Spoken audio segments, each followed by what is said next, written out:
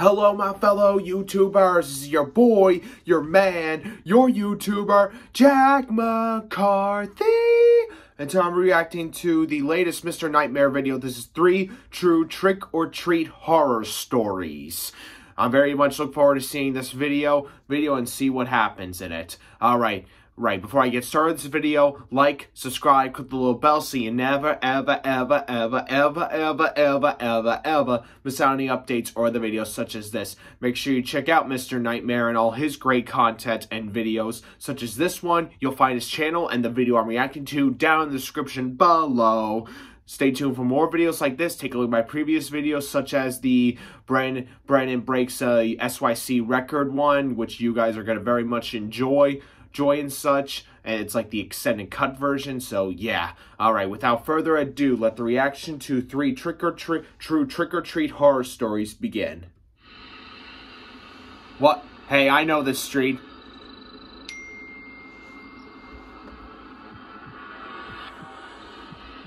Sorry, message. Brody Baxton. I experienced a sketchy situation on Halloween a couple years ago. That's from Halloween 4.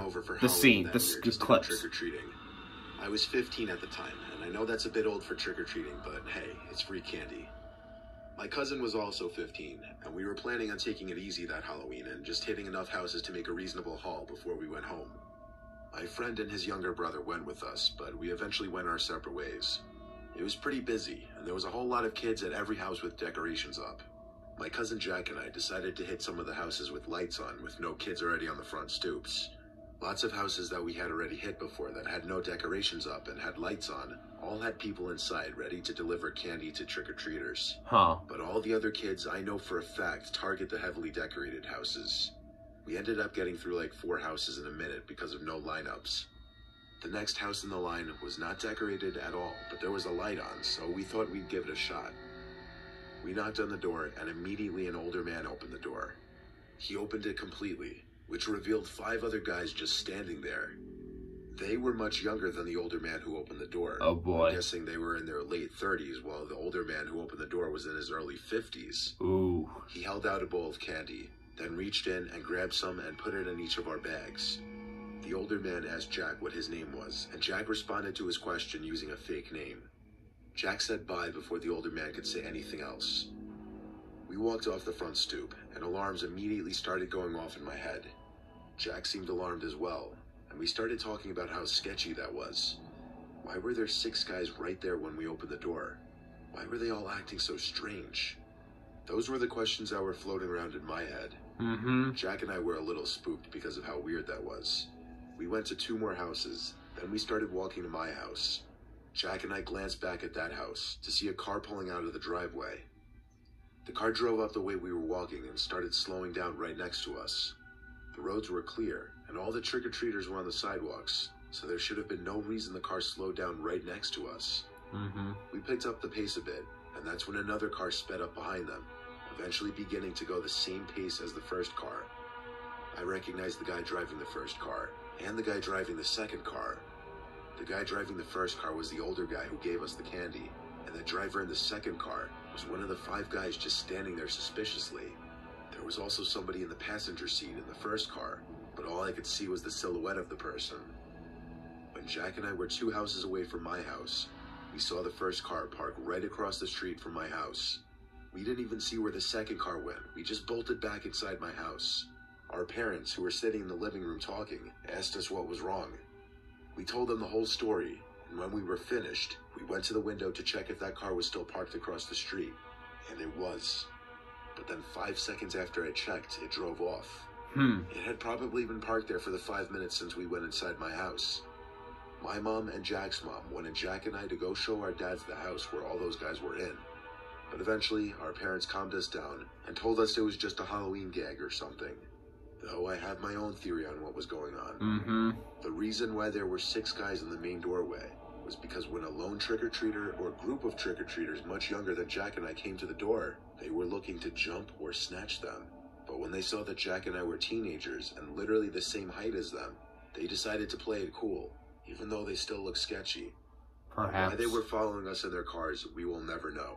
But when the night ended and everyone was off to bed, I realized that house is only 1 block from my house.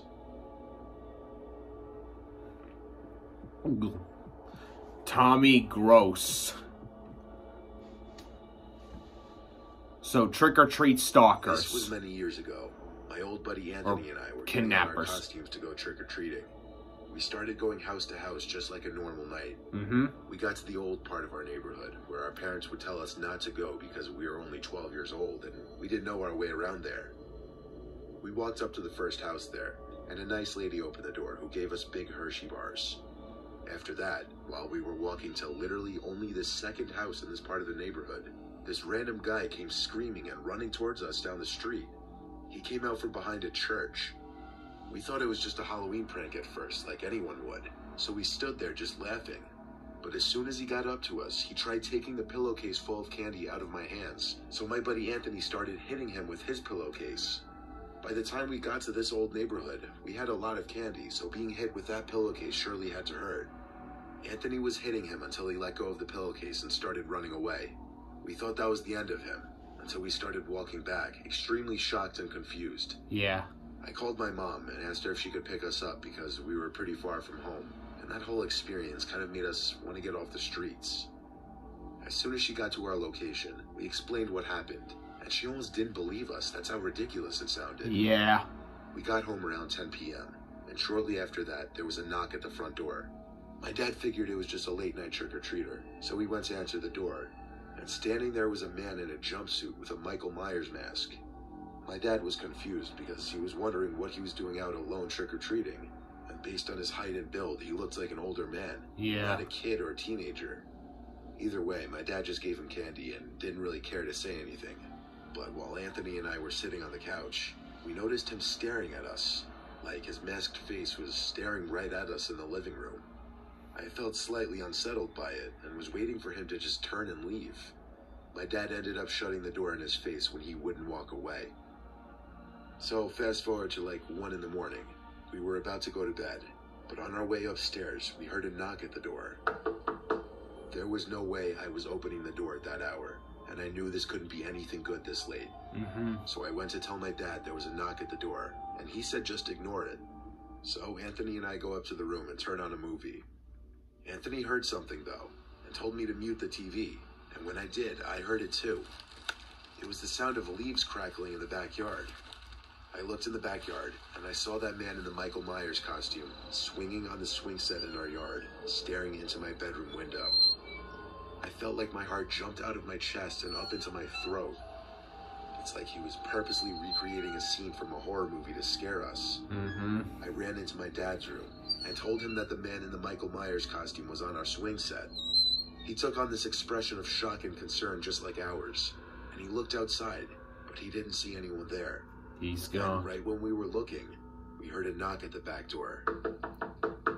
My dad went downstairs to the door, but nobody was there. This man was toying with us, harassing us to scare us. It had to be a Halloween prank. My dad was equally concerned now. All of a sudden, I heard my mom scream in the other room. So Anthony, my dad, and I ran upstairs to see the man in the Michael Myers costume, standing at the end of the bed staring at my mom. My dad told Anthony and I to run and call the police. My friend and I ran downstairs and grabbed the nearest phone. We called 911 and told them that a man dressed as Michael Myers had broken into our house. The operator asked if everyone was all right. I said he's upstairs, and my dad has him, but we needed cops immediately.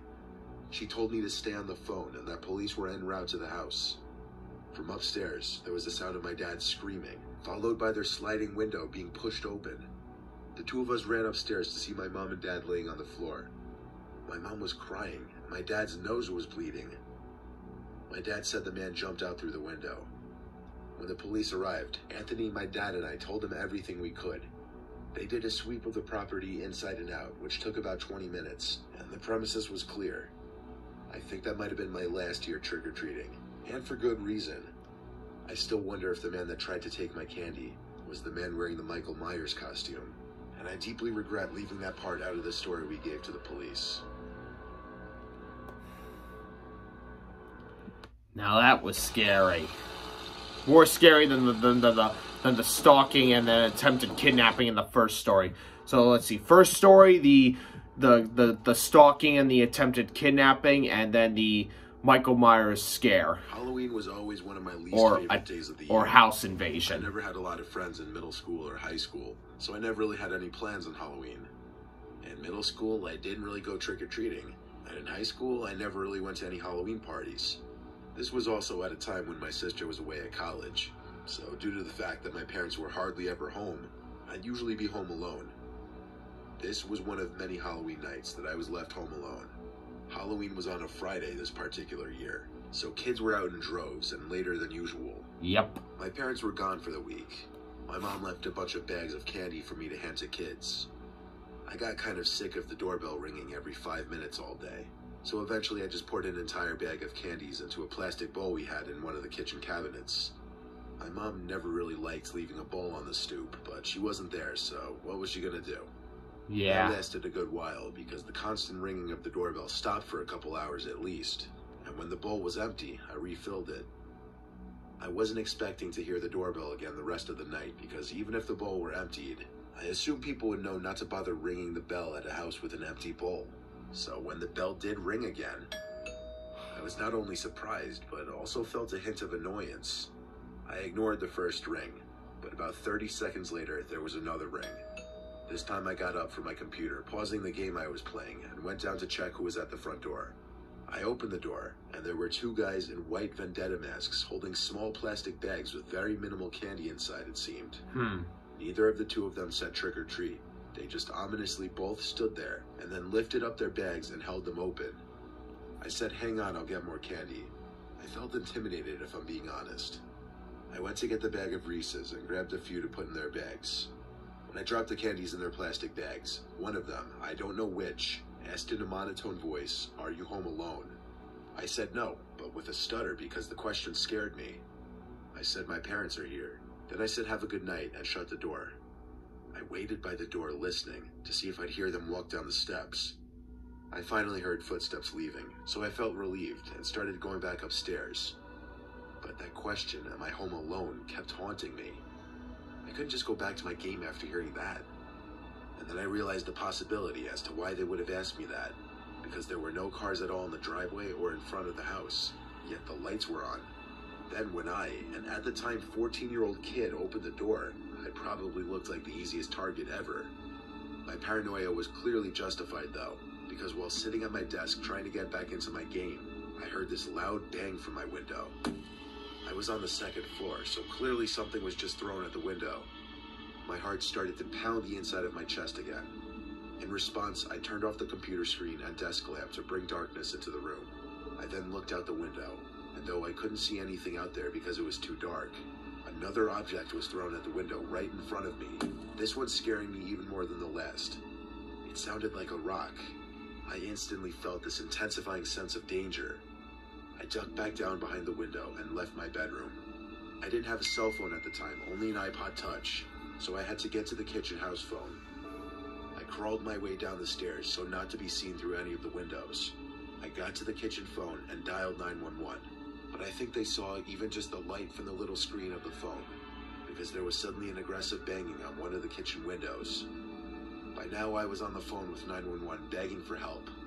As I crouch-walked out of the kitchen and towards the back door, I screamed, realizing there was one of the guys in the vendetta masks on the other side of the back door, trying to open it. I started screaming into the phone for help, but around the same time, a familiar voice was calling from the other side of the front door. It was our next-door neighbor, Chris. I rushed to answer the door, and he came in, clearly happy to see I was okay. He took the phone from me and spoke to the police for me. He saw the two masked men enter my backyard from his kitchen window and saw them throwing multiple things at the windows of the house. By the time any police officers arrived at the house, those two masked men clearly knew better than to have stuck around. Chris invited me to sleep at his place for the night just to be safe. Yeah. He was good friends with my dad before he moved, so he really didn't mind helping me. Having good relations with your neighbors may just save your life one day, you never know. Yep. What I do know is this experience made me hate Halloween just that much more. Good to know. All right, let's see. The first story was about the creepy possible kidnapping, you know, since that was about men targeting little children or people that were one groups. The second one was a home invasion by a guy in a Michael Myers mask. The other one was kind of like that, but with two guys in vendetta masks. So yeah, I think the creepiest one would be the Michael Myers one. The second creepiest would probably be the vendettas ones, and the not so creepy would be the stalking and attempted kidnapping. Yeah, that's my order. Second story, scariest. Third story, close to scariest. And first story, scary story. A little bit scary, but not enough to make it into second place. All right. Hope you all enjoyed this video. I know I did. Like, subscribe, click the little bell so you never, ever miss out on any updates or other videos such as this. Check out Mr. Nightmare and the video I reacted to down in the description below. Stay tuned for more videos. Check out my previous videos, etc., etc. Jack McCarthy, signing off. El Bye-o-wee.